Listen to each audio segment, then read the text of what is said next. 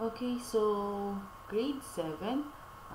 Pasensya muna sa konting ingay dun sa background ng ating video. Medyo may inaayos lang ako sa laptop ko. Pero patuloy pa din na magkakaroon tayo ng discussion sa ating lesson. So, are you ready? Okay, so good day, Elsicians. Sit back, relax, and learn. So, I hope nasa maayos kayong kalagayan, handang makinig, may mga wifi connection na, at nabalik na yung mga mobile data, mabibilis na din. Okay, so once again, I'm Miss Bernie, so your new TLE teacher, na handang mag-lesson sa inyo. Okay, so, bago tayo mag-lesson o bago natin itackle yung lesson, panibagong lesson natin, magkakaroon muna tayo ng LCC hymn, and after that followed by the prayer. Okay, so let's start.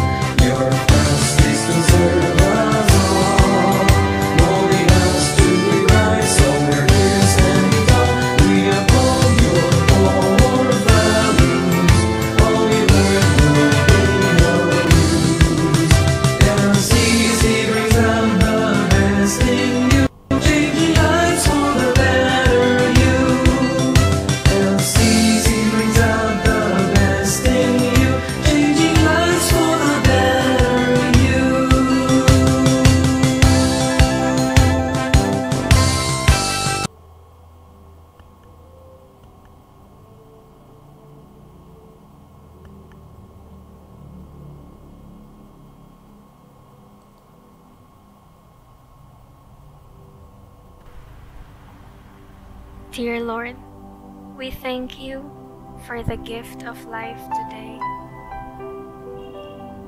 You allow us to have another day to praise you and see your glory. Thank you for the love and protection, especially this time of pandemic. Bless us, Father, with your wisdom as we begin our class. Help us to focus our hearts and minds on what we are about to learn. Inspire us by your Holy Spirit as we think and listen. Guide us by your eternal light as we discover more about the world around us. Lord, we thank you and let your will be done in our lives. We ask all this in the mighty name of Jesus. Amen. Okay, so, ayan. Yan. Okay, so now, we're going to do, so mapag-aaralan natin is all about lesson 3, perform mensuration and calculation. So last time, I know, napanood ko na din naman, na Miss Tracy tackled about different tools and equipments na ginagamit natin for baking. So ngayon, ang lesson natin is all about kung yung tamang pagme-measure sa kanya, pag-calculate ng mga ingredients na ginagamit natin. Siyempre, kailangan natin tatandaan lagi na yung tamang measurement ng mga ingredients na ginagamit natin, mas makakatulong sa atin para ma-achieve yung pinaka gusto nating desired na itsura ng ating i-bake. So, ngayon, ayan. So, we have here 4 things na kailangan natin tandaan lagi. Measuring tools, mise en place, tables of weights and measures, working table. Yung 4 na yan, yun yung lagi natin dapat tatandaan, especially kapag magbe-bake tayo. Yan yung dapat nating laging unahing iisipin. Okay, so first thing is measuring tools. Ano ba yung measuring tools? Our set of tools, be it measuring cup, measuring spoon, or weighing scale that intend to measure ingredients accurately. So, ang measuring tools daw, ito yung mga gamit na ginagamit para panukat. Pwede siyang cup, pwede siyang spoon, and pwede siyang timbangan. So, ito, ang pinakagamit niya ay syempre para masukat yung ingredients ng tama. Sakto, walang sobra, walang bawas, sakto lang. So, ayan yung isa sa bagay na kailangan natin tandaan. Yan yung measuring tools. Second is, mise en place. Is a French term which means to put into a place, meaning everything should be prepared. The tools and utensils are clean and ready. All ingredients needed are pre-sliced or pre-measured and arranged and well-organized at the top of the working table. So, pag sinabing mise en place, siyempre French term siya, ang ibig sabihin daw nito ay, ayan, everything should be prepared. So, kailangan lahat ready na. From tools and utensils na gagamitin natin, mula sa panukat hanggang sa malalaking gamit na kailangan natin hanggang sa pinakalutuan, kailangan ready na siya. Clean and ready. Hindi lang siya basta ready, kailangan malinis din siya. Siyempre, kapag hindi malinis yung gagamitin natin for baking, anong mangyayari? Magkukonsume pa tayo ng ibang oras o mas maraming oras sa paglilinis kaysa sa pagluluto. So, kailangan naka-ready na yung ating mga utensils. And next, isa sa definition ng mise en place is all ingredients needed are pre-sliced or pre-measured. So, ibig sabihin, lahat ng ingredients kailangan nakahiwa na siya, nakasukat na siya ng maayos. So, hindi na natin kailangan na tsaka pa lang maghihiwa, tsaka pa lang mag-measure habang nagbe-bake. Hindi na. Usually, kapag nanonood kayo ng cooking show, mapapansin niyo, 'di ba? Habang ongoing yung cooking show nila, ang ginagawa nila is naka-ready na yung mga ingredients nila. Mga spices, sibuyas, kamatis, baby powder, basta lahat ng mga kung ano man yung lulutuin mo, nakalagay na doon sa mga per bowl na maliliit, doon na nakalagay yung mga ingredients nila. So, ilalagay na lang kapag ka magluluto na or magbe-bake. Ayan, arrange and well organized on the top of the working table. Siyempre, kailangan arrange according sa kung sino yung una mong gagamitin, sino yung pangalawa mong gagamitin, sino yung dapat nahuli, ganyan. Naka-arrange siya, sunod-sunod. Hindi yung pwedeng rumble-rumble sa table mo. So, ano mangyayari doon? Malilito ka, hahanapin mo pa. Hahanapin mo pa kung nasan yung ganito, nasan yung ganyan. So, mas nahihirapan ka, time-consuming kapag ganun. So, always remember na kapag ready na ang lahat, naka-measure na ang lahat ng ingredients, hindi ka na makakapag-consume ng much time para sa pag-bake natin. Next naman is table of weights and measures. So, nakalagay dito, the 2 units of measurements, English and metric, is used in the actual preparation of bread and pastry production. So, meron tayong dalawang uri ng measurement. Yung isang unit at isang English. Pag sinabing unit, yun yung, ayan no, kung makikita nyo sa sample ng measuring cup natin, ml, ganyan, English, tapos liters, ayan. So, ayan yung dalawang uri ng measurements used in the actual preparation of bread and pastry production. Ito yung kadalasan ginagamit kapag ka mag-bake ka, bread, pastry production, ayan. So, kailangan alam at sakto, nakasukat na ng maayos yung ating mga ingredients. Next, pang-apat na kailangan natin tandaan kapag ka mag-bake tayo is the working table. Is a table made of stainless steel for durability and sanitary purposes used in the preparation of any baked products. So, syempre, kapag mag-bake ka, kailangan maayos din yung working table mo. Hindi naman siya pwedeng kumuha ka lang ng lamesa sa labas ng bahay nyo, tapos nagluto ka, nag-bake ka doon, naglagay-lagay ka ng dough, ng tinapay doon. Siyempre, hindi maganda. Baka mag-cause pa yun ng mga microorganism, mga germs, bacteria na nanggaling doon sa lamesa kung saan naman siya kinuha. Mas maganda, is made of stainless steel siya. Bakit? Kasi mas madali siyang punasan, mas madali siyang linisan. Yan, ang mga kahit wet cloth lang, pwede mo siyang linisan. Yan. Pero kung wala naman tayong ganung stainless steel, make sure na yung lamesa natin is malinis. Mas magandang may cover siya ng plastic, gano'n, plastic cover, para malinis na siya. Hindi yung, for example, basta yung wood na gagamitin, wood na table, di ba? Kapag hindi natin nilagyan ng plastic yan, or ng sapin, ang mangyayari, yung harina, dough natin, for example na lang, didikit siya dun sa ating table. So, ayun nga. So, kailangan maayos din yung working table natin. Once again, first, measuring tools. Second, mice and place. Third, tables of weights and measures. Fourth is the working table. Yan yung apat na lagi natin tatandaan. Yung nasa gilid yung picture dyan. Ayan. Ayan yung sample na measuring spoon. Ito yung sa baba, measuring cup.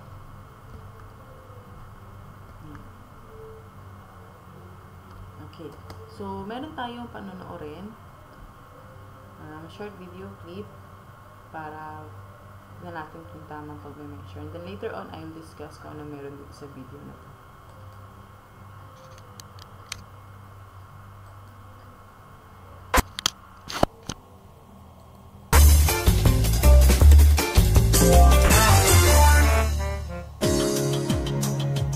When it comes to baking, cooking is a science. And in science, accuracy counts. Precisely measuring ingredients makes a difference in how your recipes turn out.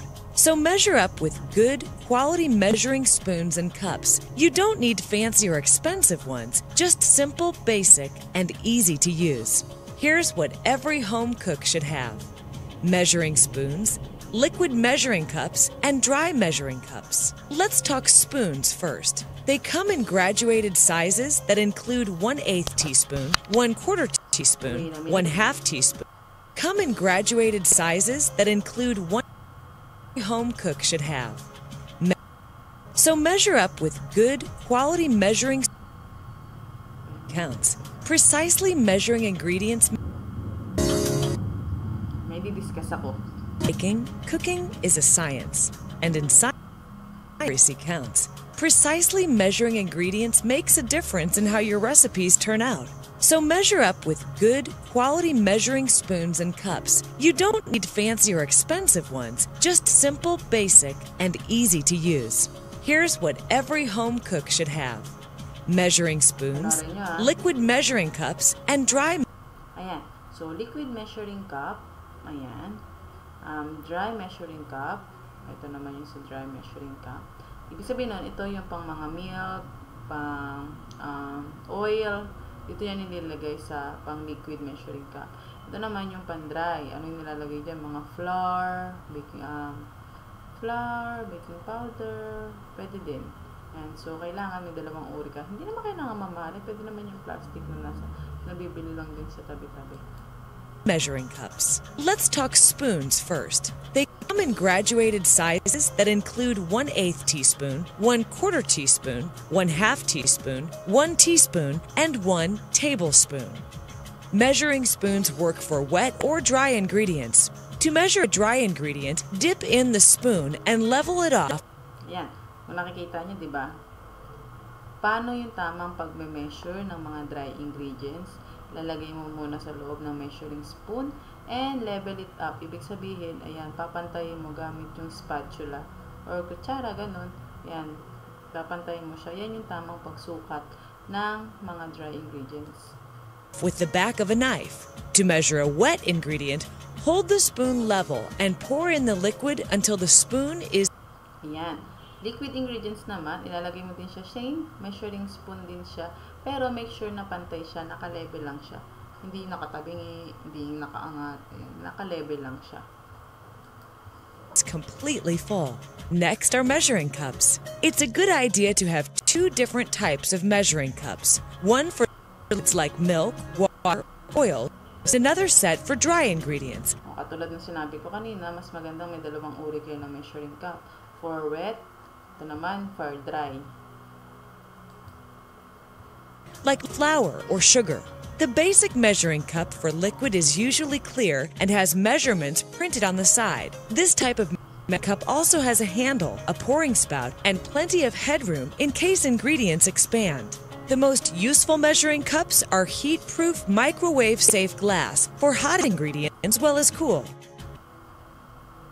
To read a liquid measure accurately, put the cup on a flat surface and bend down so you can see the measurement at eye level. Sticky, thick liquids like molasses, honey, or corn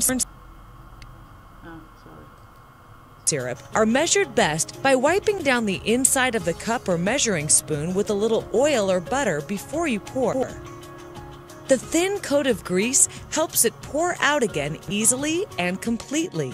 For shortening, scoop it out of the container and press it into the cup or spoon to force out any air bubbles or pockets. Then level it off. And for stick butter, just measure using the increments marked right on the paper wrapper. Slice off what you need.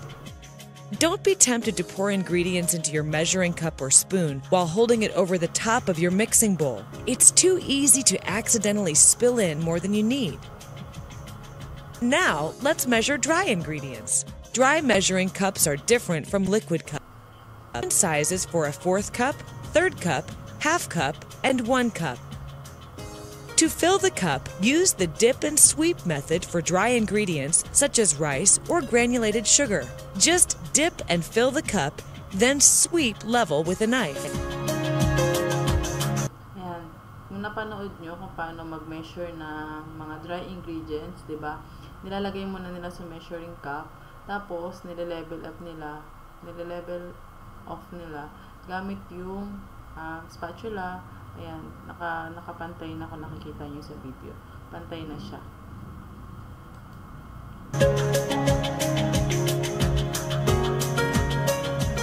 Flour and powdered sugar take a little extra finesse. White and whole wheat flour is easily compacted, so it spooned into the measuring cup. Sugar needed in order to remove lumps. Brown sugar has more moisture, so pack it firmly into the measuring cup.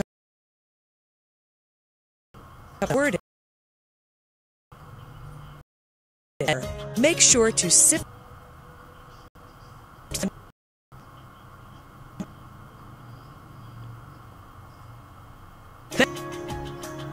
It's always a good idea to follow the first. You're familiar. Measuring spoons and cups, you can measure ingredients with accuracy and cook with confidence.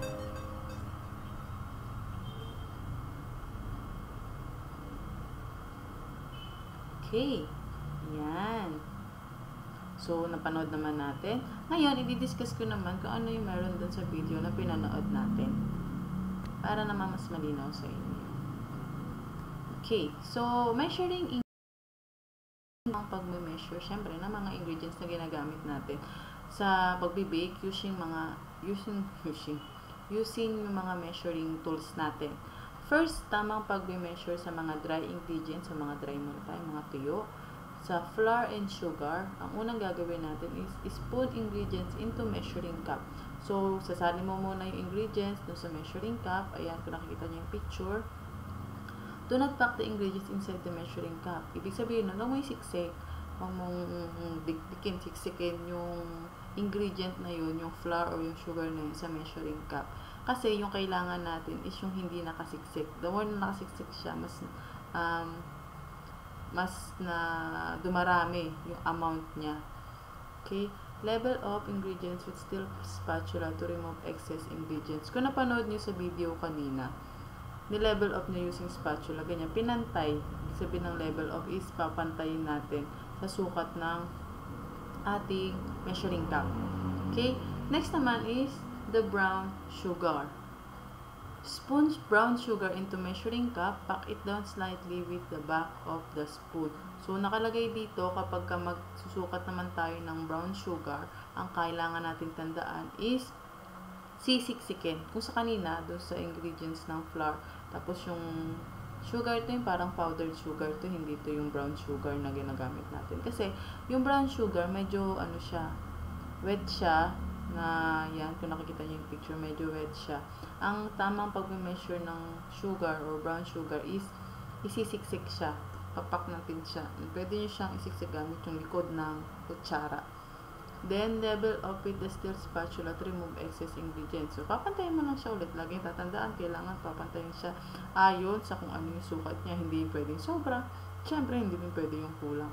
So, ayan. Level up gamit nung kutsara para matanggal yung mga excess. It should hold the shape of the cup when putting it into a mixing bowl. Mahalagang lagi tatandaan na kapag brown sugar yung susukatin natin, kapag nakalagay na siya sa measuring cup natin, pagka inilagay mo na siya dun sa mixing bowl natin o kung saan siya gagamitin, kailangan nakashape pa din siya. Kasi pag hindi siya nakashape, ibig sabihin hindi mo siya napak, hindi mo siya nasiksik. So, kailangan nakashape pa din siya. Alam naman natin na kapag medyo basa yung sinusukat natin, kapag sinali mo yun sa iba, same pa din, kasi nakasiksik siya. So, ganun lang din sa sugar. Yan. Next naman, baking powder, baking soda, salt, and spices.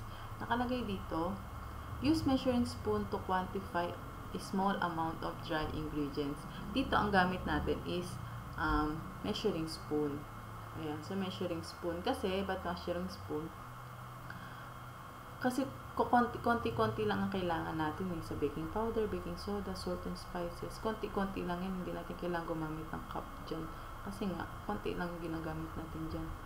Ayan. Immerse measuring spoon into the ingredients container and carry it up fully loaded. So, sando ka lang, gamit yung measuring spoon. Tapos, angat mo lang, fully loaded dapat. Level up the top with steel spatula.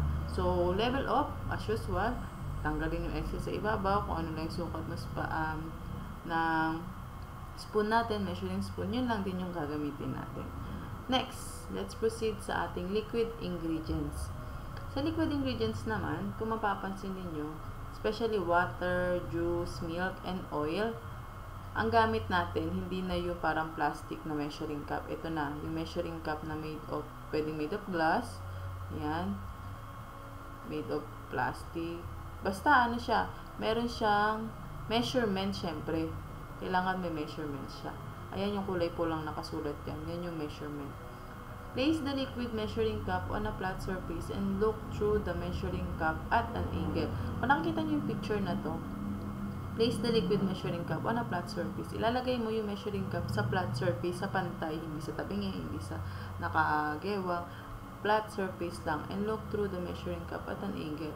Tapatan mo siya. Yan, ganyan. Tapatan mo siya. Stigma. Tapatan mo siya. Ganyan dapat ang tamang pagtingin sa ating measuring cup. Gently pour over the liquid ingredients into the cup until it reaches the mark for the specified quantity. Ayan, pagka nakalagay na, tsaka mo ilalagay yung liquid ingredients, tapos saktuhang tingin lang, makikita mo yung sukat niya, kung saan nakasakto yung sa measurement niya. Ayan, parang ginagawa ni ate. Sukat, tapos nakatingin siya dun sa measurement.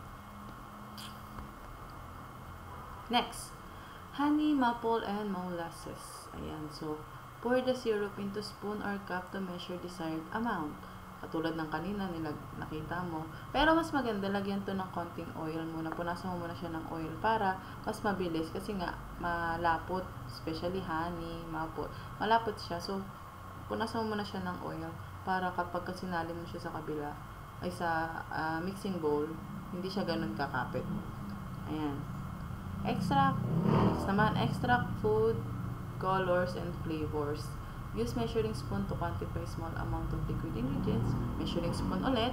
Yun ulit yung gagamitin natin.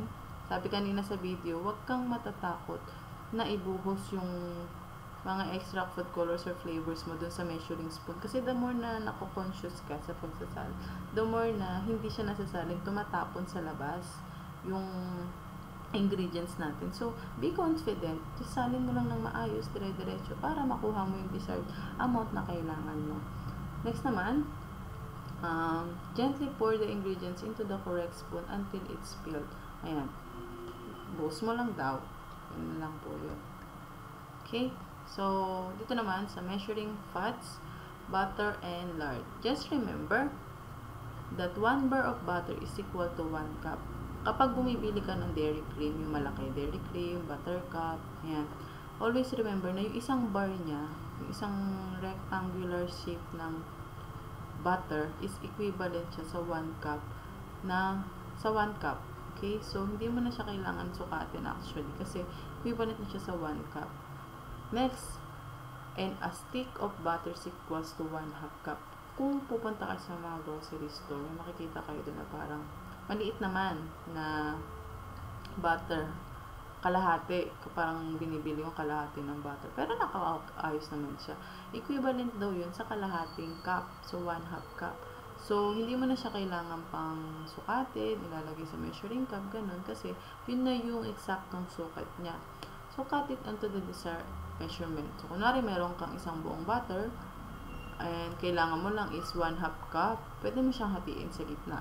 Or pwede ka na lang bumili ng isang buo for 1 cup, or pwede kang, kung meron kang stock na isang buong butter, pwede mo siyang hatiin sa 4, kailangan mo lang kasi 1/4 cup. Ganun lang siya kadali.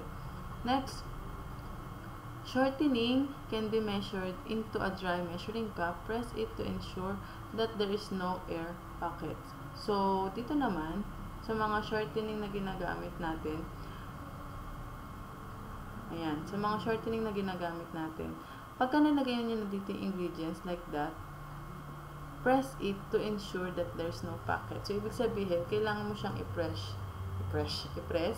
para masigurado kang walang mga air pockets o mga bubbles wala dun sa ating ingredients. Kasi the more na may bubble, hindi natin nakikita.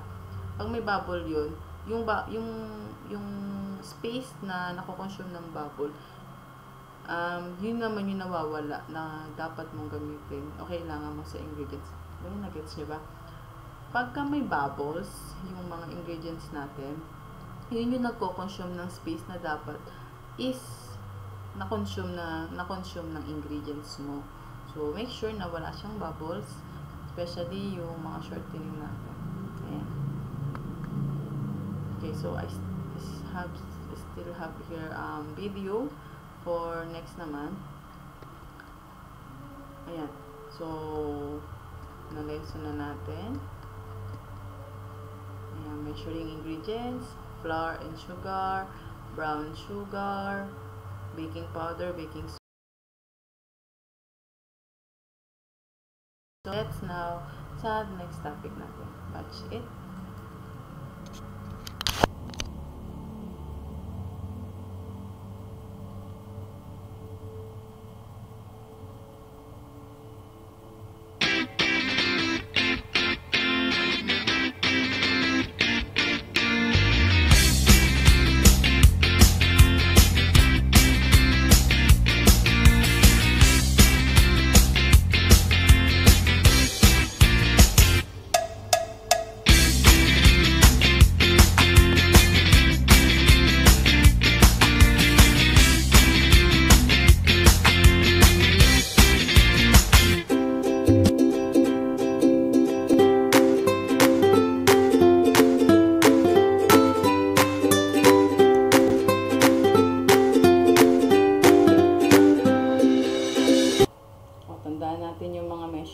Kasi yung next topic natin is about measurements na. Ayan. Tablespoon, teaspoon, tandaan natin yun.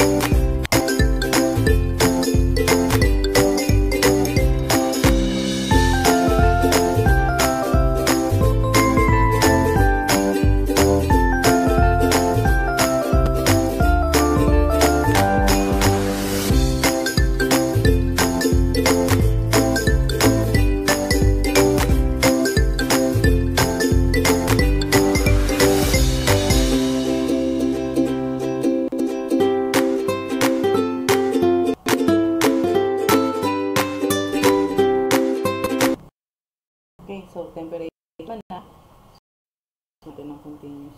Mamaya explain ko naman.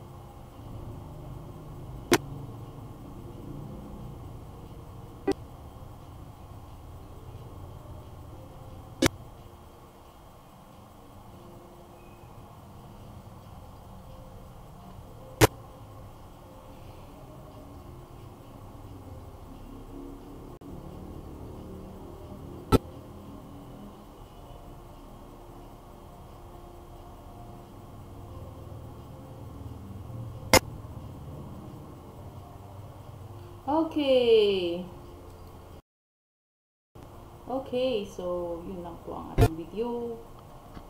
Ano ba yung ibig sabihin ng video niyan? Hello? Okay, so yung video na pinanood natin is about measurements of equivalent. So about pa din siya sa measurement para lang maging familiar tayo or kung alin ba yung equivalent niya sa ibang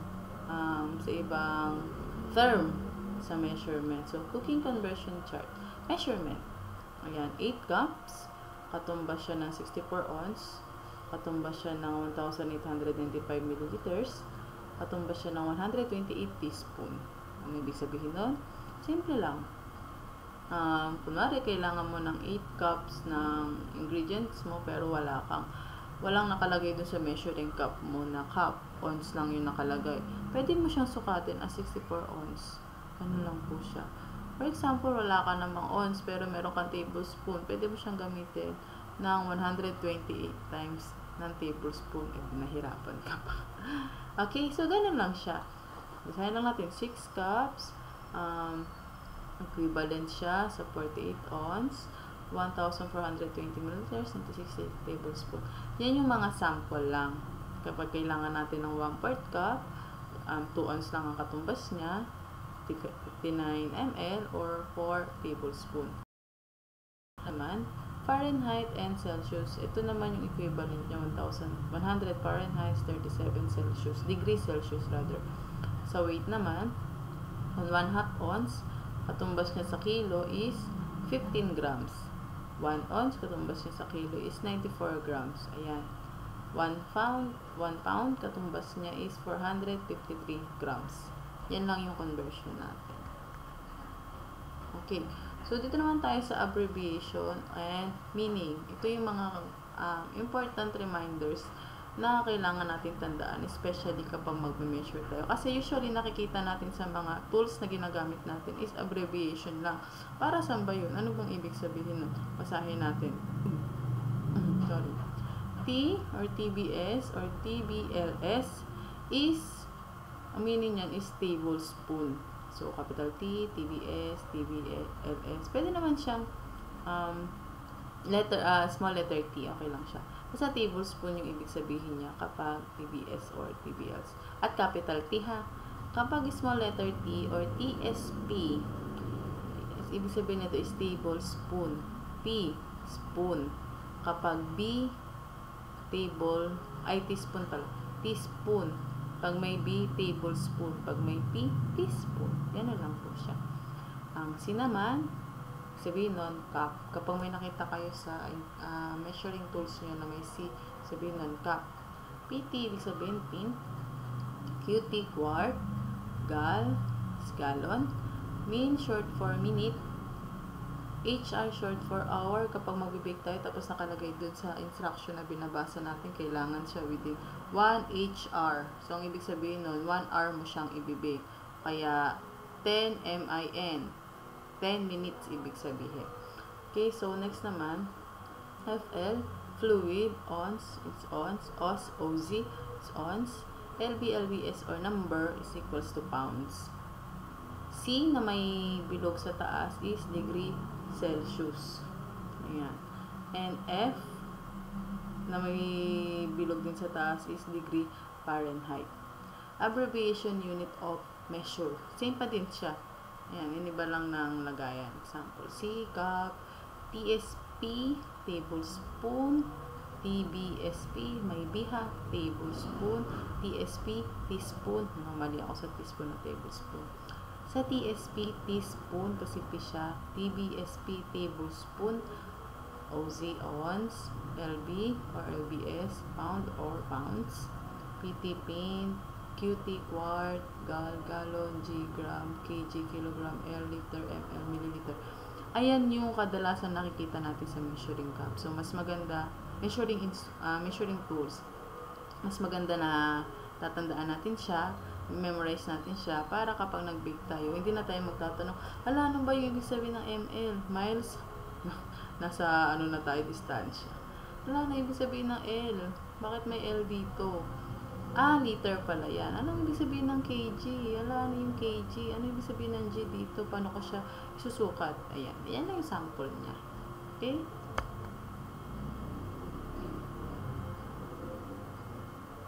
Okay. Substitution for common ingredients. Ito naman yung mga sample na paano ba natin ma-achieve yung desired na amount natin sa isang ingredients kung yun yung kailangan natin. For example, ang ingredients natin, lahat spices, all spices. Pero kailangan pa pinagsama-sama mo siya, kailangan mo lang meron kang buong 1 teaspoon. Yan yung number 1 substitution. So, para makuha natin lahat ng spices, pwede tayo kumuha ng 1/2 teaspoon ng cinnamon, 1/4 teaspoon ng ginger, 1/4 teaspoon ng cloves, na pag pinagsama-sama mo, nakabuo ka na ng 1 teaspoon. Okay.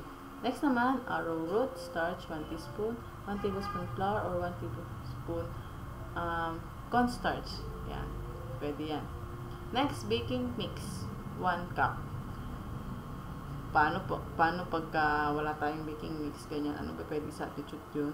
Pwede yung pancake mix, 1 cup din, or 1 cup ng easy biscuit mixture. Baking powder, pati pala tayong baking powder, kailangan natin baking powder. Pwede tayong kumuha ng 1/4 teaspoon ng baking soda, plus 1/2 teaspoon ng cream or tartar, or 1/4 teaspoon ng baking soda, plus 1/2 buttermilk, with this liquid is recipe by 1/2. Ayan po yan. Substitution. Magpapalit. Ganun. Pwede din. Baking soda, 1 teaspoon. Yan. Kailangan natin ng baking soda na 1 teaspoon. Pero wala tayo nun. Pwede tayong mag-measure ng 4 teaspoon ng baking powder, or 1 teaspoon ng potassium bicarbonate, and 1/3 teaspoon ng salt. Yan yung katumbas ng baking soda. Tapos, kailangan natin ng beer. 1 cup, pero wala tayo noon. Pwede tayo magkaroon ng 1 cup na non-alcoholic beer, or 1 cup na chicken broth. Ay, yung katumbas niya. Or, kailangan natin ng brandy. Wala tayo, pero kailangan natin ng 1/4 cup noon. Anong kailangan? Pwedeng kapalit? 1 teaspoon imitation brandy extract. Same pa din yung imitation brandy, or plus enough water to make 1/4. Ayan. So, pagka brandy daw pala, 1 teaspoon lang ng imitation ng brandy extra. Isa lang yung teaspoon mo, tapos dadagdagan mo na siya ng water para makabuo ka ng 1/4 cup. Okay? Breadcrumbs. Sa breadcrumbs naman, 1/4 cup, 1 cup cracker crumbs, or 1 cup matzo meal, or 1 cup ground oats. Ayan yung mga pwede mong i-substitute kapag wala kang breadcrumbs. Diba, usually kapag breadcrumbs, tapos wala kang mabiling breadcrumbs, ginagawa natin, nagdidikdik tayo ng sky flakes. Tapos, yun yung ginagawa nating breadcrumbs. Yan yung best example para sa substitution. Ayan. So, substitution for common ingredients, broth, beef or chicken, 1 cup. Ayan, pwede siyang plus 1 cup boiling water or 1 tablespoon soy sauce plus enough water to make 1 cup or 1 cup vegetable broth. Kapag wala kang beef or chicken broth, pwedeng vegetable broth. Ganyan lang siya. Brown sugar, 1 cup. Ayan, basahin lang natin to lahat. Corn syrup, 1 cup, 1/4 cup white sugar. Ayan. Ayan yung mga sample niya. So, pwede natin siyang basahin sa bahay. Pwede natin i-check yung ating book para mas maging familiar tayo sa mga sukat, sa measurement, yung mga substitute kapag wala tayong ingredients, wala tayong hindi available yung ingredients na kailangan natin. Okay? So, that's all. Ayan. So, yun lang naman ang lesson natin. Ngayon, the next time is computation na tayo. Ayan. I hope may natutunan kayo sa lesson natin about measurement, yung mga bagay na kailangan natin tandaan, yung 4